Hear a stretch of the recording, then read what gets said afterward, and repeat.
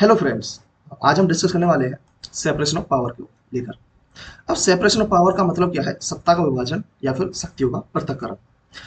इससे related questions pre में और मेंस में भी आ चुके हैं, और कई बार आपने देखा भी होगा कि जो इंटरव्यू फेस कर चुके होते हैं उनसे भी कहीं ना कहीं इंटरव्यू में ये क्वेश्चन पूछा जाता है कि क्या हम स्ट्रिक्ट सेपरेशन ऑफ पावर को फॉलो करते हैं या फिर नॉर्मल सेपरेशन ऑफ पावर को। अब ये क्वेश्चन मेंस में और प्री में सिंगल नहीं आता है, मीन्स सेपरेशन ऑफ पावर को लेकर ही नहीं आता है। इसके साथ ऐड किया जाता है चेक्स एंड बैलेंस, अवरोध एंड संतुलन। ठीक है, इसके एग्जांपल्स, रिसेंट केसेस क्या है, जजमेंट्स को लेकर वो सारी चीजें हम लोग बात करेंगे। बट फर्स्ट हम डिस्कस करते हैं कि सेपरेशन ऑफ पावर ये है क्या। ये है सेपरेशन ऑफ पावर, शक्तियों का पृथक्करण, विधायिका, कार्यपालिका और न्यायपालिका के बीच सरकारी शक्तियों का विभाजन, डिवीजन ऑफ गवर्नमेंटल पावर्स।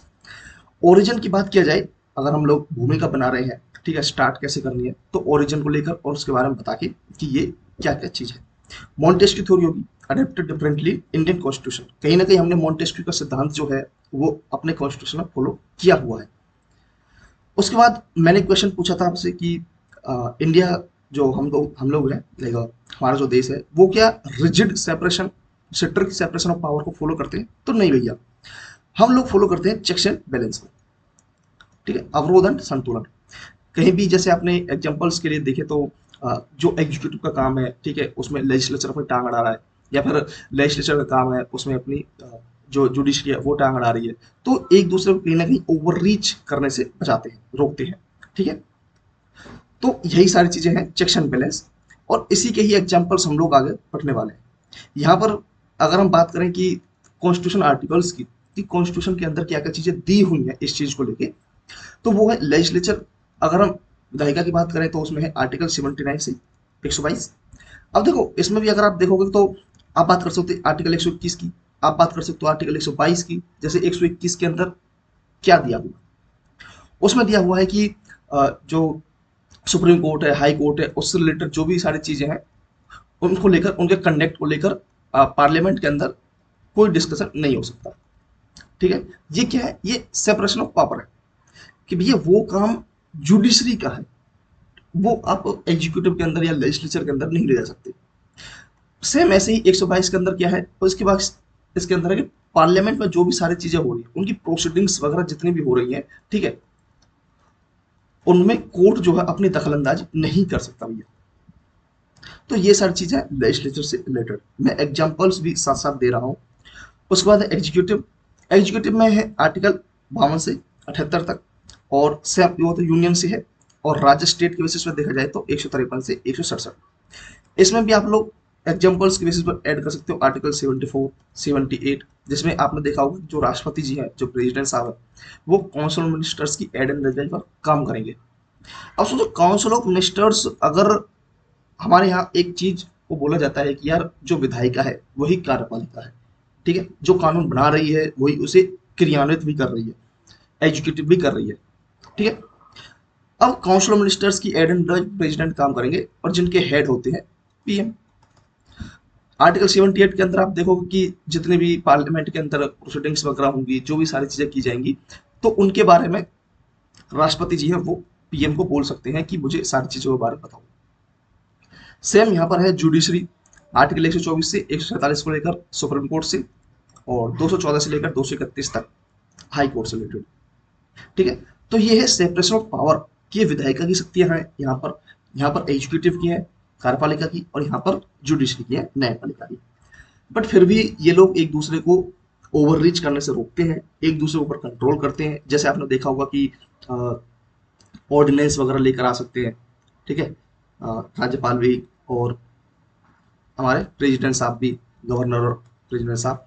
और ये कंट्रोल किसके ऊपर कर रहे हैं? अगर ऑर्डिनेंस लेकर आ रहे हैं तो मेनली सीधी सी बात है, कानून बनाने का काम किसका है? कानून बनाने का काम है पार्लियामेंट का, विधायिका का। ठीक है, ओके। अब ये किसका पार्ट है? राष्ट्रपति जी और गवर्नर जी, वो पार्ट है एग्जीक्यूटिव का। तो एग्जीक्यूटिव कंट्रोल कर रही है किसके ऊपर? विधायिका के ऊपर। ओके, तो ऐसे एक दूसरे के ऊपर चेक्स एंड बैलेंस करते हैं। तो आई होप आप समझ गए होंगे। उसके बाद हम लोग बात करते हैं कि कुछ जजमेंट्स की, कि अगर हम जजमेंट्स की बात की जाए, वहां पर समय समय पर क्या क्या चीजें दी हुई हैं। फर्स्ट जजमेंट आती है जो काफी फेमस जजमेंट है, केशवानंद भारती केस 1973 का, जिसमें ये चीज बोली गई थी कि जो सेपरेशन ऑफ पावर है वो क्या है, वो बेसिक स्ट्रक्चर का पार्ट है। आपने बेसिक स्ट्रक्चर के बारे में काफी बार पढ़ा होगा, मूल ढांचा का सिद्धांत, ठीक है। तो ये मूल ढांचे के अंदर कवर किया गया है सेपरेशन ऑफ पावर को लेकर। एक बार क्वेश्चन प्री में आया भी हुआ है कि सेपरेशन बेसिक स्ट्रक्चर के अंदर क्या क्या चीजें शामिल है। ओके, नेक्स्ट है Indira Gandhi versus Raj Narayan 1975, invalidate 39th amendment upheld judicial review. Judicial review like जो 79th कॉन्स्टिट्यूशनल अमेंडमेंट था उसे इनवैलिडेट किया गया था। अब आप खुद सोचो, ये जो टाइम पीरियड है 1975, ये इमरजेंसी के टाइम पीरियड की बात है। और इसमें क्या बोला गया था 39th अमेंडमेंट में कि जो प्रेसिडेंट साहब है, गवर्नर है, पीएम है, ठीक है, ये अगर कोई भी काम करते हैं तो इन्हें कोर्ट में खड़ा नहीं किया जा सकता, इनके खिलाफ कोई कार्रवाई नहीं की जा सकती, वो जैसा चाहे वो कर सकते हैं। ओके, तो इनकी शक्तियों पर कोई रोक नहीं लगा सकता। तो इस चीज को क्या किया था, इनवैलिडेट किया गया कि नहीं, वो ऐसा थोड़ी है कि अब यार वो एक्सट्रीम पावर का यूज कर लें, मतलब अपने अधिकारों का लाइक दूसरों के अधिकारों का हनन करना शुरू कर दें, ओके, वायलेशन स्टार्ट कर दें, तो ऐसा तो नहीं हो सकता। सेम ऐसे ही एक केस था 2015 में, नेशनल जुडिशियल अपॉइंटमेंट कमीशन, एक कमेटी बनाई गई थी। ओके, अब इसमें मेन चीज क्या थी कि स्ट्रक डाउन कर दिया था जैसे किसने, सुप्रीम कोर्ट ने। क्यों? क्योंकि इस कमेटी के अंदर भाई साहब जुडिशरी के अलावा एक बंदा लेजिस्लेचर का आ गया, जो लीगल मिनिस्टर होते हैं, जो लॉ मिनिस्टर होते हैं जो। ओके, तो इस वजह से जुडिशरी ने इसे इनवैलिडेट कर दिया कि नहीं, जब काम जुडिशरी का हो रहा है तो उसमें जुडिशरी के ही बंदे ऐड होंगे, ना कि एग्जीक्यूटिव का या फिर लेजिस्लेचर का। ठीक है, इस वजह से स्ट्रक डाउन कर दिया था। ठीक है, ये एग्जांपल है सेपरेशन ऑफ पावर का। उसके बाद फिर हम बात करते हैं कि यार अब ऐसा तो है नहीं कि सिर्फ हम पुराने एग्जांपल्स के ऊपर या फिर कुछ पुराने एग्जांपल्स दे दिए तो उस पर ही सारी चीजें हो जाएगी। नहीं भैया, अगर हम मेंस में आंसर्स लिख रहे हैं तो उसमें हमें करंट एग्जांपल्स भी डालने पड़ेंगे। तो करंट एग्जांपल्स की अगर मैं बात करूं तो ये है ordinance on services in Delhi overturned by supreme court 2023। इसमें बोला गया था कार्यपालिका पर न्यायिक नियंत्रण का पुनः दावा। देखो, reassessment of judicial check on executive, कि कार्यपालिका जो भी सारी चीजें कर रही, मैंने आपको ऑर्डिनेंस के बारे में बताया था कि प्रेसिडेंट साहब और गवर्नर साहब करते हैं। अब वो किसके ऊपर कंट्रोल कर रहे हैं, ठीक है, किसको चेक्स एंड बैलेंस कर रहे हैं, वो है किसको, लेजिस्लेचर को। ठीक है, तो कार्यपालिका पर न्यायिक नियंत्रण का पुनः दावा है कि आप जो ऑर्डिनेंस इशू कर रहे हैं ना, इसे आप ये मत समझिए कि इसके ऊपर जुडिशियल रिव्यू नहीं हो सकता है, इसकी लीगलिटी चेक हो सकती है। हो सकता है आपने कुछ मनमानी चीजें की हो इसमें, तो उसको लेकर ये केस था 2023 में। उसके बाद है डिले इन जुडिशियल अपॉइंटमेंट। आपने बहुत बार देखा होगा, सुना होगा कि हमारे सुप्रीम कोर्ट, हाई कोर्ट्स के अंदर जजेस की कमी है, ठीक है, तो भी सारी चीजें हैं। अब जजेस की अपॉइंटमेंट्स, उनके नाम, सारी चीजें देता कौन है? वो देता है collegium system. Collegium system send करेगा किसके पास? लॉ मिनिस्ट्री के पास। और लॉ मिनिस्ट्री उसमें क्या करती है कि उसमें डिले करती रहती है, हाँ डालेंगे डालेंगे, कई बार क्या करती है कि वो वापस से भेज देती है कि दोबारा चेक कर लो। ठीक है, तो उसमें क्या होता है कि यार जुडिशरी के अपॉइंटमेंट्स जो है, जजेस वगैरह का अपॉइंटमेंट जो है वो डिले हो जाते हैं, रुक जाते हैं। सेम यही चीज यहाँ पर बोली गई कि ongoing friction between judiciary and educative, उनके बीच टकराव ये होता ही रहता है। अभी भी देखा होगा आपने कि उपराष्ट्रपति जी ने एक स्टेटमेंट दी थी, जब बोला गया था कि यार जो प्रेसिडेंट साहब हैं, गवर्नर साहब है, उनको एक टाइम फ्रेम में कोई भी चीज अगर उनके पास आ रही है, कोई कानून आ रहा है, कोई विधेयक आ रहा है, तो उसके ऊपर साइन करना है या फिर अपना एसेंट देना है, तो एक टाइम पीरियड में बाउंड कर दिया था 3 महीने को। देखा होगा आपने। नेक्स्ट है इलेक्ट्रोल बॉन्ड केस। ये रिसेंट केसेस हैं, ये सारे के सारे ही आप करंट एग्जांपल्स देख सकते हो। स्ट्रक डाउन कर देता है इसे अनकॉन्स्टिट्यूशनल, आर्टिकल 19 और 21 के खिलाफ था ये, आपने देखा होगा। उसके बाद one nation one election committee, एलिज्ड bypass of parliamentary scrutiny, संसदीय जांच को कथित तौर पर दरकिनार किया गया, क्योंकि इससे one nation one elections committee ने क्या किया था, जो बनी थी वो सीधा सीधा पार्लियामेंट में कोई डिस्कशन नहीं, कुछ नहीं, बस ठीक है हम वन नेशन वन इलेक्शन करेंगे। अरे भाई, अंदर संसद के अंदर सारी चीजें आप पास करवाओ, ठीक है, देखो सबकी राय लो, तब तो आप कर पाओगे।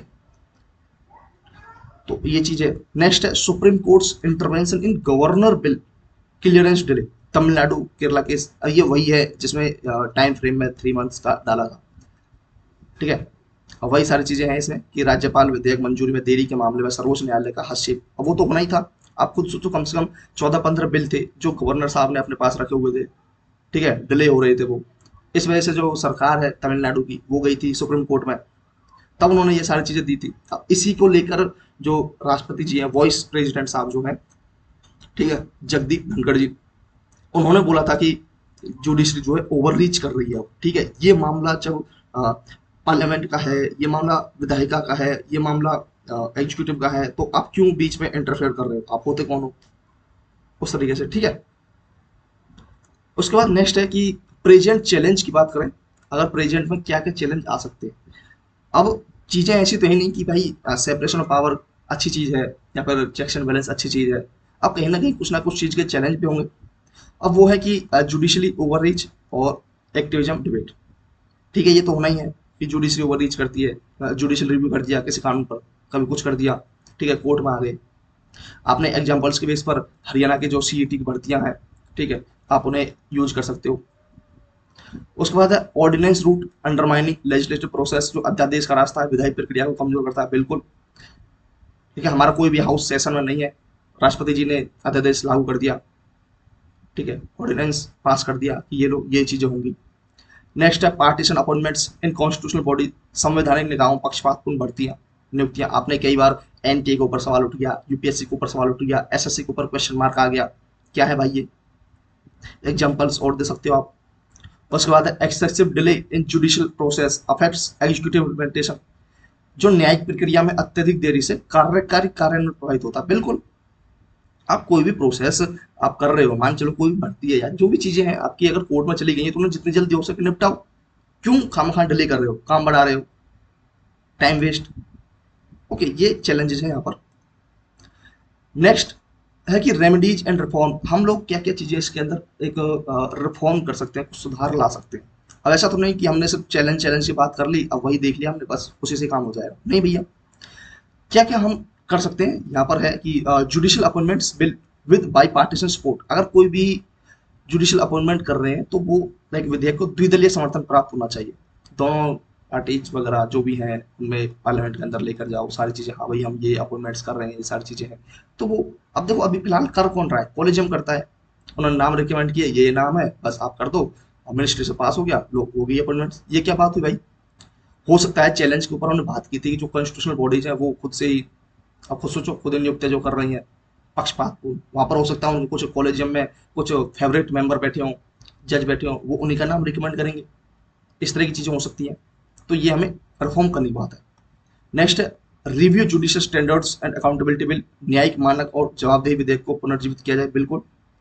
Institutionalise pre legislative consultation policy, पूर्व विधान परामर्श को संस्थागत बनाना, कि लाइक कोई भी चीजें हम लोग लागू कर रहे हैं उससे पहले हम लोग आपस में एक डिस्कशन कर लेते हैं, सारी सोसाइटी के लोग हो गए जो लाइक अपर लोग, मिडल लोग, ठीक है, जो बड़े बड़े लोग हैं उनसे डिस्कशन हो गया, ठीक है, कुछ नेता वगैरह हो गए, कुछ आप रिलीजियस जो हेड होते हैं उनसे डिस्कशन कर लिया सारी चीजें। तो उस तरह से पूर्व विधान परामर्श नीति कि उनसे भी परामर्श ले लिया, उनसे राय ले ली थोड़ी, तब जाके आप काम करो। बट नहीं भाई साहब, कुछ नहीं करेंगे, सीधा डायरेक्ट ये कर दिया हमने, बात खत्म, फिर उसमें दिक्कत आती है। पर time bound governor assent system, ये तो मैंने आपको बता दिया जो 3 मंथ का किया था, ठीक है। उसके बाद है strengthening parliamentary committee for better oversight, बेहतर निगरानी के संसदीय समितियों को मजबूत बनाना, बिल्कुल, इनको पावरफुल बनाओ ताकि वो रिव्यू कर सके अच्छे से, जो भी चीज अगर लेकर आ रहे हैं उसके ऊपर अच्छे से डिस्कशन किया जा सके, सारी चीजें देखी जा सके कि क्या ये सही है क्या ये गलत है। उसके बाद है भाई नेक्स्ट बच्चा है हमारा क्या क्वेश्चंस, कि मेंस में क्या क्या चीजें आई हुई हैं 2019 में और 2015 में, क्वेश्चन आ हुआ है भैया कि भारत का संविधान विधायिका कार्यपालिका न्यायपालिका के बीच संतुलन की आधारशिला पर आधारित है, चर्चा कीजिए, बिल्कुल है भाई, संतुलन, चेक्स एंड बैलेंस, फिर उसको आप सेपरेशन ऑफ पावर, ये अब इतने सारे एग्जांपल्स मैंने बताया, क्या आप ये क्वेश्चंस नहीं कर सकते। नेक्स्ट है discuss the extent to what the parliament is able to ensure accountability of the executive in India, चर्चा कीजिए कि भारत में संसद किस हद तक कार्यपालिका की जवाबदेही सुनिश्चित करने में सक्षम है, खुद सोचो किस हद तक कर सकती है। तो ये सारी चीजें यहीं से, इन्हीं जो भी सारी चीजें मैंने बताई हैं इनमें से आंसर आपके निकल जाएंगे दोनों के। ठीक है, चलिए, thank you, thanks for watching, मिलते हैं नेक्स्ट वीडियो में।